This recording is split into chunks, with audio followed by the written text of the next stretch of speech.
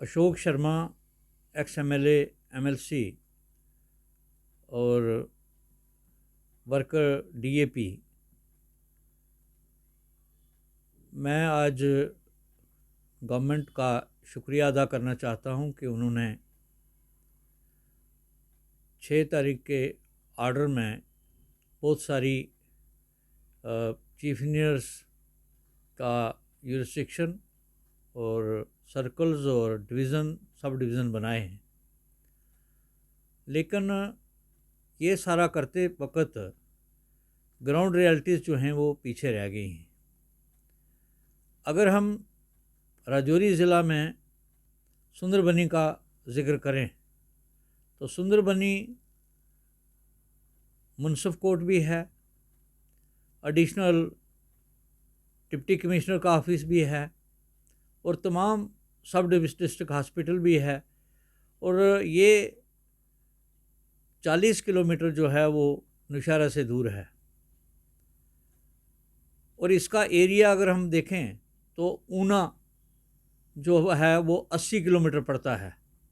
अब 80 किलोमीटर वाले चल के किसी को अपनी डिवीज़न जो है वो नौशहरा में जाना है, तो ये ऑन ग्राउंड अगर रियलिटी देखें तो अशद ज़रूरी है कि सुंदरबनी को मरकज़ मानते हुए इस 80-80 किलोमीटर्स का जो है यहाँ डिवीज़न बनाना चाहिए था। आर एन बी का वो नहीं बन पाया। साथ में अगर हम देखें तो इसके साथ सियोट है, सियोट तहसील भी है, ब्लॉक भी है और बिल्कुल एक जंक्शन है वहाँ, और उसके सराउंडिंग एरियाज़ बहुत हैं, वो भी इग्नोर हुआ है। और वहाँ भी एटलीस्ट जो है डिवीज़न या सब डिवीज़न की ज़रूरत है। इसी तरह देवक है जिसको ब्लॉक डिक्लेयर किया गया है, लेकिन अभी प्रैक्टिकली सैंक्शन के बाद वो इम्प्लीमेंट नहीं हुआ। धर्मसाल है, वहाँ भी इम्प्लीमेंट नहीं हुआ। तरियाट को अगर हम ले लें तो तरियाट तहसील हेडक्वार्टर है, वहाँ सब डिस्ट्रिक्ट हॉस्पिटल भी है, तो बहुत सारा एरिया इसके पीछे है। इन एरियाज़ को भी इग्नोर करके सब डिवीज़न तक नहीं बनाया गया। दूसरी तरफ अगर हम जाएं तो कालाकोट डिवीज़न बना है, ये हम बहुत मशकूर हैं सरकार के कि उन्होंने इसको बनाया, लेकिन सिर्फ एक ही सब डिवीज़न जो है साथ में रखा, वो है मोगला का।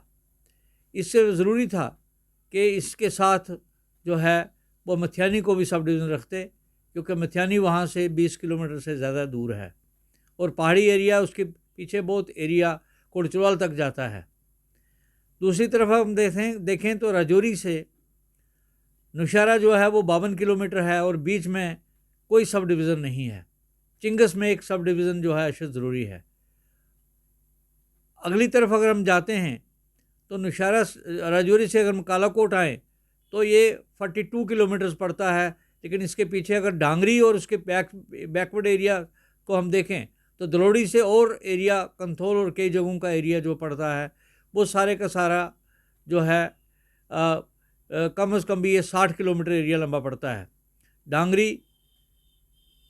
डांगरी को या दलोड़ी को या डांगरी दलोड़ी को मिला के एक सब डिवीज़न की अशद ज़रूरत है।